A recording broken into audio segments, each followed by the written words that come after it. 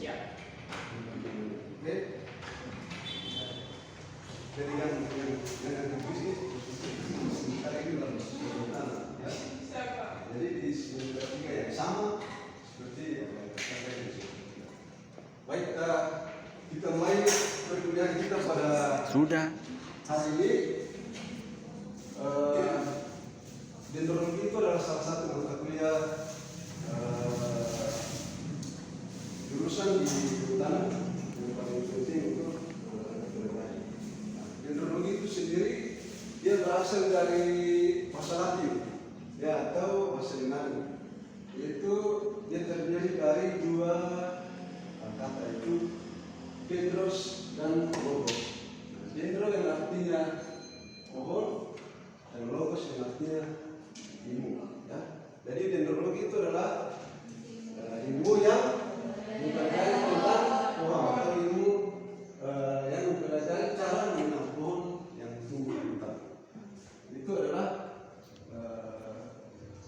pengertian dari atau asal kata dari dendrologi. Kenapa penting mempelajari pohon? Nah, seperti yang Anda ketahui pada definisi hutan di Undang-Undang Nomor 41 Tahun 1999, di situ dijelaskan bahwa hutan adalah suatu manfaat lahan berisi sumber daya alam hayati yang dilunasi oleh pepohonan dalam alam persekutuannya dengan lingkungan yang satu dengan yang lainnya tidak dapat dipisahkan. Nah, jadi mengacu kepada definisi itu, hutan adalah suatu kawasan di mana dia didominasi oleh pepohonan, sehingga penting bagi kita di kehutanan untuk mempelajari dan mengenal berbagai macam pohon yang tumbuh di hutan. Nah, ini yang menjadi salah satu mata kuliah yang sangat penting di kehutanan, bagaimana caranya kita mengenal pohon yang tumbuh di hutan.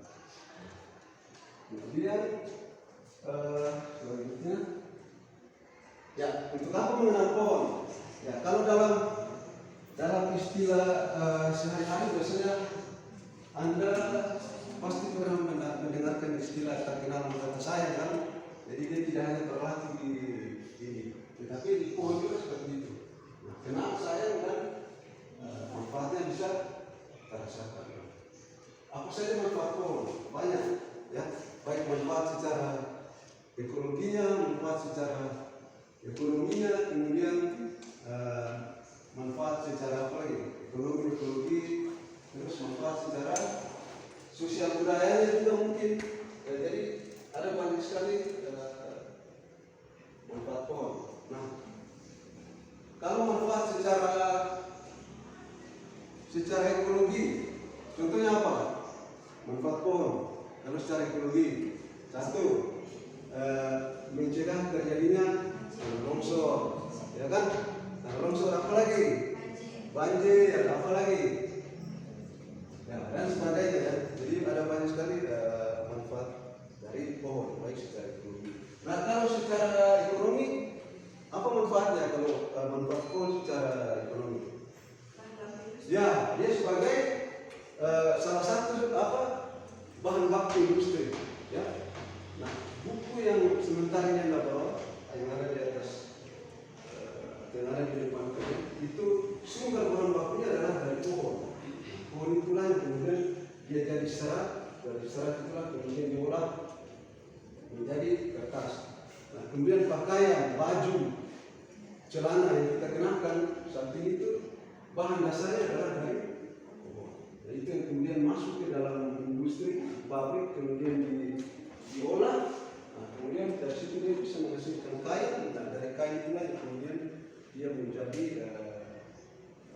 diproduksi lagi, diolah lagi menjadi baju, sehingga yang kita kenakan sekarang itu semuanya bahan bakunya atau dasarnya itu adalah dari pohon atau berasal dari hutan. Nah, dengan adanya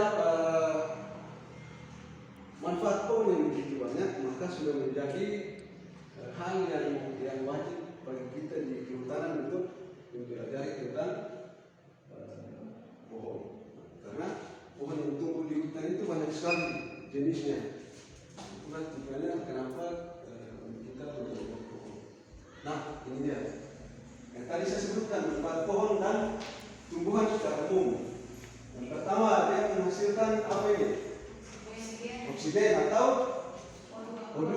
Kemudian dia menghasilkan H2O. Apa H2O? H2O. H2O adalah air, ya. H2O itu air, ya. Kalau karbon dioksida juga air. Oke. Kemudian dia menghasilkan udara segar. Jadi misalnya Anda ke hutan atau Anda di bawah pohon di situ di depan, kemudian Anda bayangkan saja itu kemudian tidak ada pohon di situ. Bisa Anda tidak mendapatkan udara segar. Atau di daerah perkotaan yang padat penduduk misalnya atau padat industri, itu kalau tidak ada pohon ya berarti udara segar bahkan hampir tidak ada sama sekali. Kemudian ya pohon juga dia bisa menghasilkan, ada beberapa pohon yang seperti kayu manis itu kan dia bisa menghasilkan itu. Bisa juga mengikuti. Kemudian dia menghasilkan bunga, buah, dan kemudian pohon juga dia menghasilkan kayu, ya. Ada lihat pintu, kursi, meja dan lain sebagainya. Itu dia menghasilkan kayu, dan kayu itu kemudian diolah untuk dijadikan kursi dan meja, kemudian juga pintu. Kemudian ya kulit, ya, dia menghasilkan kulit, getah, kemudian daun. Jadi pohon itu punya manfaat yang banyak sekali. Nah, sehingga penting untuk kita mempelajari tentang manfaat pohon, karakteristik pohon. Nah, kemudian, yang tadi saya sebutkan, yang Anda sebutkan, manfaat secara ekologinya, dia menyimpan tata air. Kemudian dia sebagai pencegah terjadinya erosi. Kemudian selain erosi ada juga tanah longsor. Jadi pohon punya banyak sekali manfaat dan fungsinya yang harus kita ketahui, yang harus kita pelajari untuk kita lestarikan, ya. Ini punya banyak sekali manfaat. Kemudian yang tadi pohon menghasilkan oksigen. Oksigen dibutuhkan oleh manusia dan makhluk hidup yang lain. Nah, oksigen dibutuhkan oleh manusia untuk proses pernapasan. Kita oksigen, untuk oksigen. Kemudian manusia mengeluarkan karbon dioksida atau CO2. CO2 dibutuhkan oleh pohon atau tumbuhan untuk apa? Ya, untuk proses fotosintesis. Jadi proses fotosintesis itu dibutuhkan oleh tumbuhan. Nah, salah satu yang dibutuhkan oleh tumbuhan untuk proses fotosintesis adalah H2O atau apa namanya yang dikeluarkan oleh manusia. Jadi ada hubungan timbal balik antara manusia dengan tumbuhan. Jadi kita saling ketergantungan. Makanya pohon tumbuhan itu harus dijaga. Karena dia sangat penting untuk manfaat bagi manusia. Ya, mengenal nama pohon. Jadi mengenal pohon itu, Anda harus bertanya kepada yang tahu.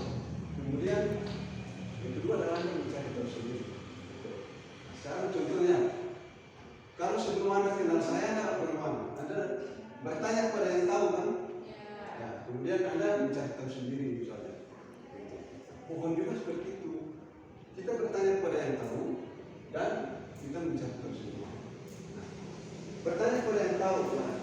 Bisa kita bertanya kepada orang tahu misalnya. Dan ada pohon-pohon tertentu yang dia belum masuk ke dalam taksonomi tumbuhan. Itu bisa kita bertanya ke orang tahu. Kemudian yang selanjutnya kita bisa bertanya kepada ahli taksonomi. Jadi selain kepada orang taksonomi, orang yang tahu tentang pohon, ya, ahli taksonomi. Kemudian mencari tahu sendiri. Nah, mencari tahu sendiri ini biasanya kita mengumpulkan spesimen herbarium. Jadi kita kumpulkan spesimennya, kemudian kita lakukan analisis direct. Kemudian mengidentifikasi di museum herbarium tadi. Kemudian mengidentifikasi menggunakan kunci. Jadi untuk mengidentifikasi tumbuhan itu ada dia buku kuncinya atau buku determinasinya, sehingga dengan adanya buku determinasi kita bisa mengetahui atau mengenal pohon secara lebih detail. Jadi saya kira untuk mengenal pohon ada dua hal yang harus kita lakukan. Yang pertama adalah bertanya kepada orang yang tahu. Kemudian yang kedua adalah kita mencari tahu sendiri. Oke. Nah, nama pohon. Ya, jadi pohon itu ada nama daerahnya, ada nama Latin atau nama ilmiahnya. Ya, jadi kalau untuk nama daerah itu nama yang umum digunakan pada daerah tertentu. Nah, jadi misalnya kita di Maluku Utara, kemudian di Sulawesi, nah itu ada pohon-pohon tertentu yang penamaannya adalah sesuai dengan nama daerah dari masing-masing. Kemudian nama Latin atau nama ilmiah, nama yang digunakan secara internasional dalam bidang.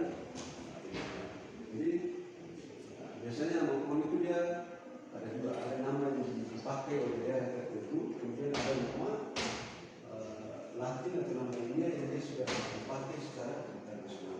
Nah, biasa penamaan nama ilmiah ini pohon yang dia sudah ada nama ilmiahnya atau nama Latinnya, itu biasanya adalah pohon yang sudah dipakai secara internasional dalam dunia.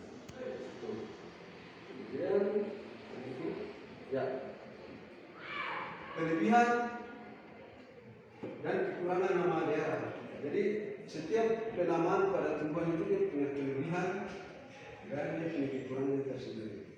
Jadi untuk nama daerah itu dia punya kelebihan, juga punya kekurangan. Nah, kelebihannya merupakan nama yang dipakai secara umum pada sesuatu.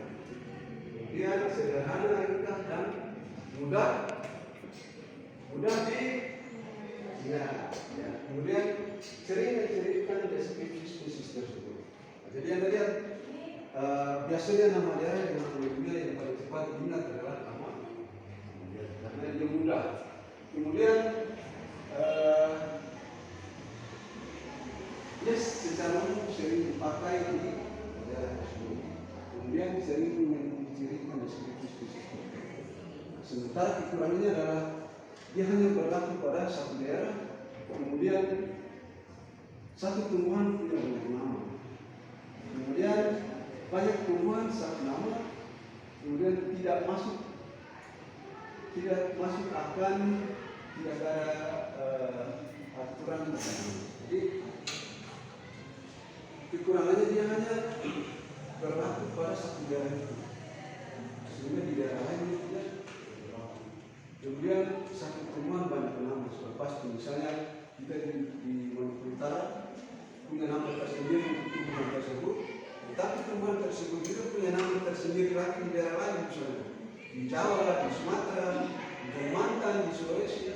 Itu dia punya nama tersendiri lagi, sehingga satu tumbuhan bisa punya berbagai macam. Contohnya saya, kalau di sini saya punya namanya ini, kemudian di tempat lain namanya lain lagi kan. Jadi satu orang punya berbagai macam nama. Itu juga dengan tumbuhan atau pohon. Kekurangannya di nama daerahnya seperti itu. Jadi dia satu tumbuhan dia punya banyak nama. Kemudian banyak tumbuhan satu nama. Ya, jadi misalnya tumbuhan yang berbeda spesiesnya atau berbeda jenisnya, tetapi dia punya satu nama, dan itu akan membingungkan orang. Ya, jadi misalnya ada tumbuhan yang beda-beda jenisnya, beda-beda spesiesnya, tetapi dia satu nama, itu akan menjadi bingung orang nanti. Ketika orang menyebutkan nama ini yang dimaksudkan adalah spesies ini, tapi ternyata adalah spesies yang lain. Nah, itu banyak tumbuhan, tetapi punya satu nama. Misalnya kalian yang di dalam kelas itu punya satu nama, kan saya nanti jadi bingung kan? Bisa panggil mana gitu. Misalnya saya semua yang ada di dalam kelas itu namanya Dewi semua. Terus saya dari mana, nanti kan semua jadi bingung kan? Karena saking banyaknya orang punya satu nama, ya kan? Kemudian yang selanjutnya adalah tidak ada aturan, jadi jelas aturan tata nama itu tidak ada. Beda dengan yang ada di di nama yang ilmiah atau nama internasional itu dia sudah ada. Ada pertanyaan sampai di sini? Ada? Sampai di sini tidak apa-apa. Ya, selanjutnya next. Kelebihan dan kekurangan pada nama ilmiah. Jadi nama ilmiah itu sekalipun dia sudah diakui secara internasional, tapi dia punya kelebihan, itu punya kekurangan. Nah, kelebihannya dibuat menurut aturan, jadi dia dibuat menurut aturannya. Kemudian satu spesies satu nama, itu sudah pasti. Jadi satu spesies satu nama, satu spesies satu nama. Jadi dia tidak bercampur antara yang satu dengan yang lainnya. Kemudian satu nama hanya untuk satu tumbuhan.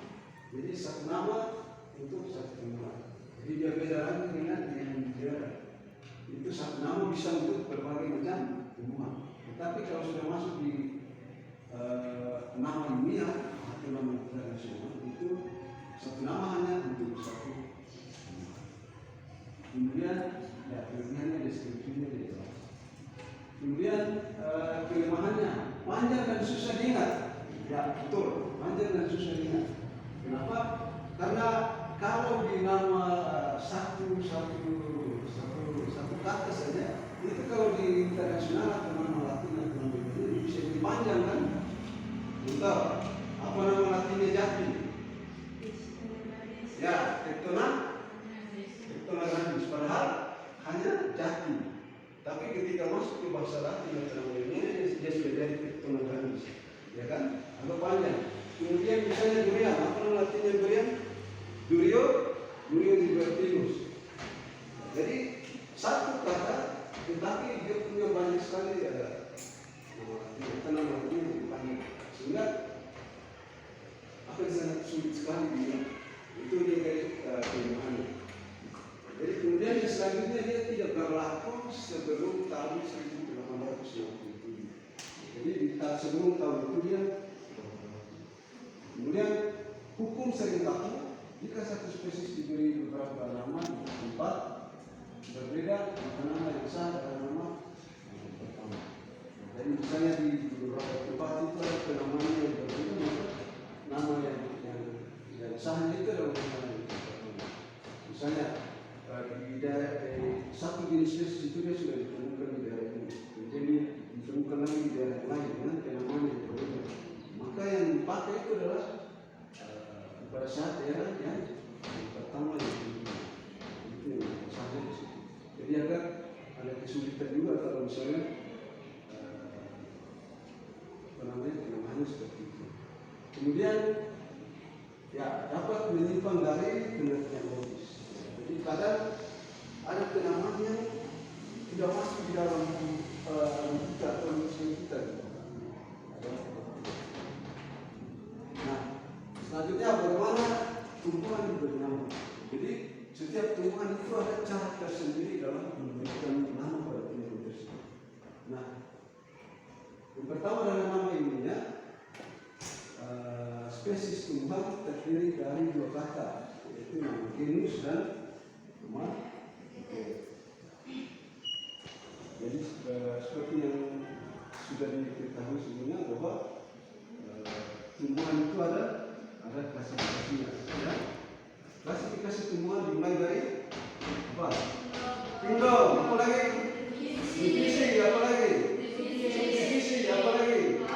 Kelas, apa lagi? Ordo, apa lagi? Famili, apa lagi? Genus, apa lagi? Spesies. Ya. Oke, jadi itu harus diingat. Ya. Kita beritahu kita harus. Nah, klasifikasi tumbuhan dimulai dari kingdom, divisi, subdivisi, apalagi kelas, kemudian ordo, famili, apalagi genus dan spesies. Jadi ada 8 tahapan dalam taksonomi atau klasifikasi tumbuhan. Tidak hanya tumbuhan tetapi makhluk hidup. Jadi satwa juga ada taksonomi atau klasifikasinya. Jadi tidak hanya tumbuhan tetapi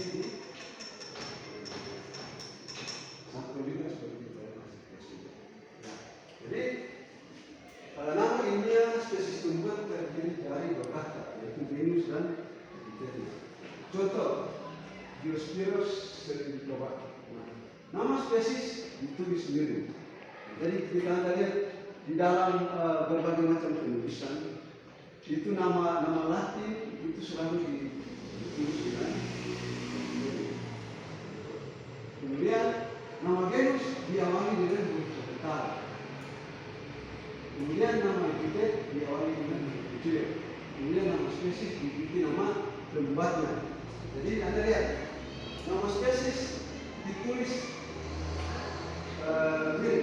ini nama spesiesnya memang.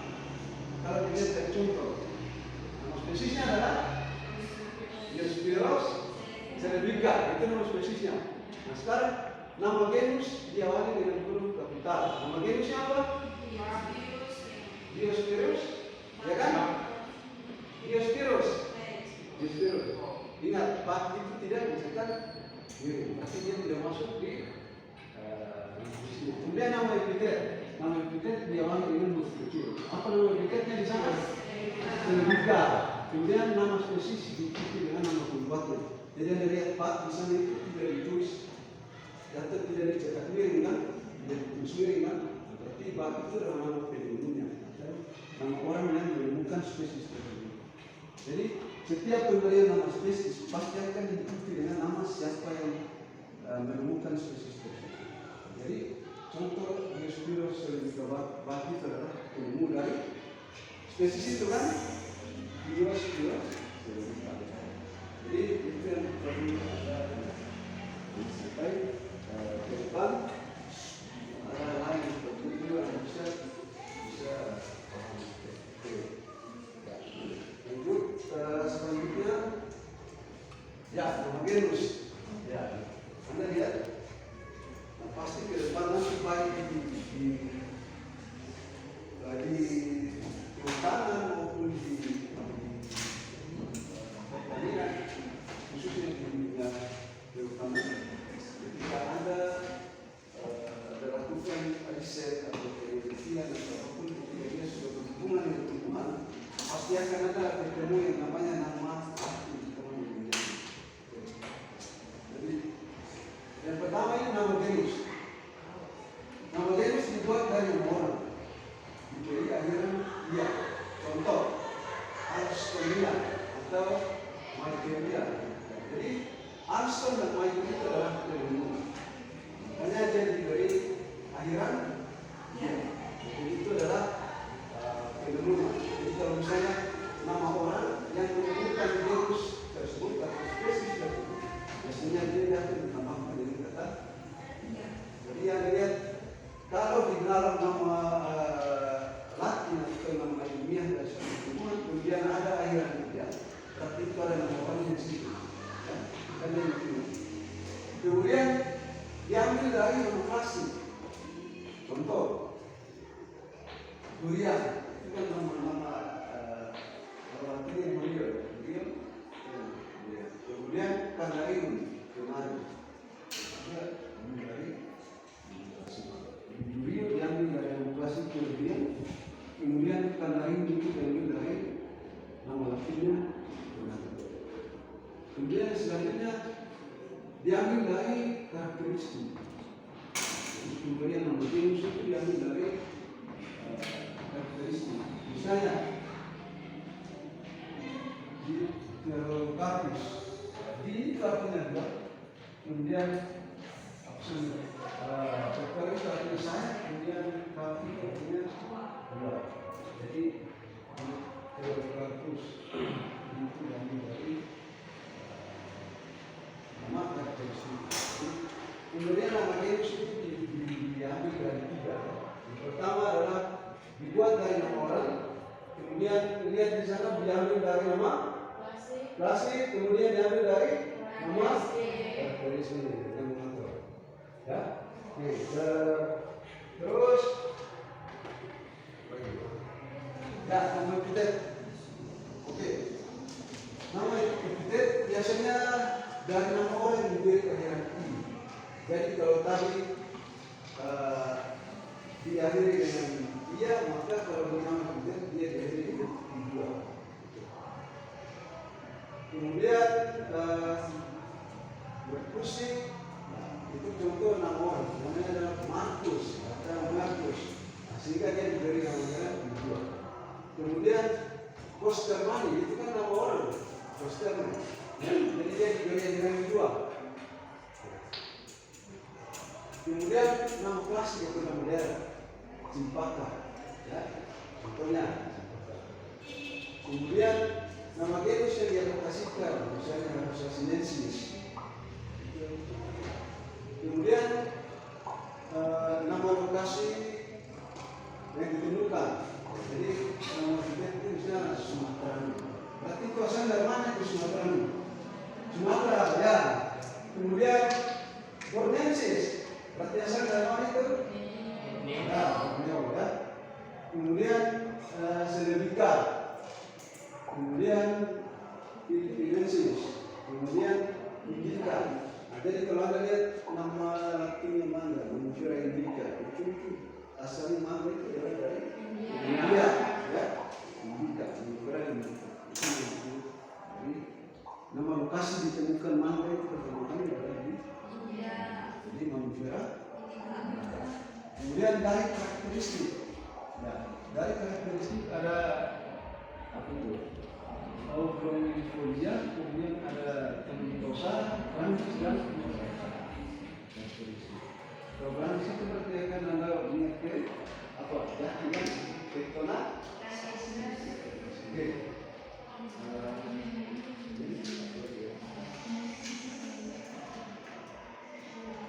Ya, nama famili. Anda harus lihat lagi pemberian nama famili. Nah, nama famili diambil dari nama genus dengan modifikasi yang menjadi Achaea. Contoh, Magnolia Achaea. Kemudian apa itu? Achaea. Kemudian Euphorbiaceae. Kemudian Saputaceae. Jadi kalau misalnya dalam taksonomi tumbuhan itu nama familinya kan selalu diakhiri dengan Cae. Nanti Anda lihat di taksonomi tumbuhan, ketika kita masuk ke kelas famili itu semuanya akan diakhiri dengan Cae. Ya, nama familinya selalu diakhiri dengan Cae. Jadi itu. Ya, 8 pengecualian nama famili. Jadi ada pengecualiannya. Pertama, Compositae. Kemudian kemudian ya, kemudian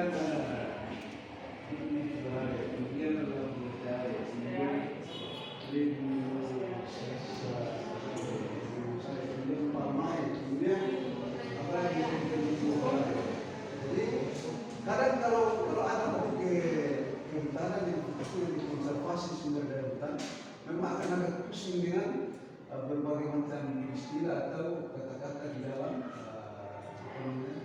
pemberian dunia. Tapi itu menjadi tantangan, ya, karena jarang sekali orang melakukan sekarang sesuatu ketinggalannya itu tidak akan dipusingkan dengan berbagai macam istilah yang sedikit awam.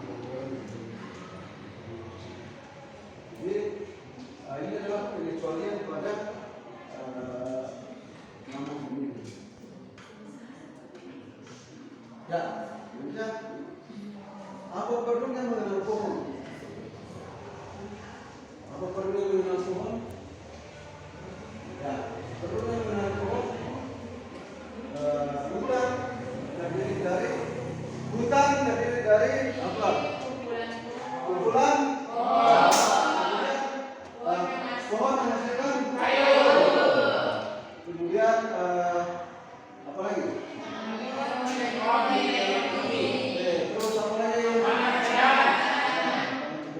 terus apa lagi?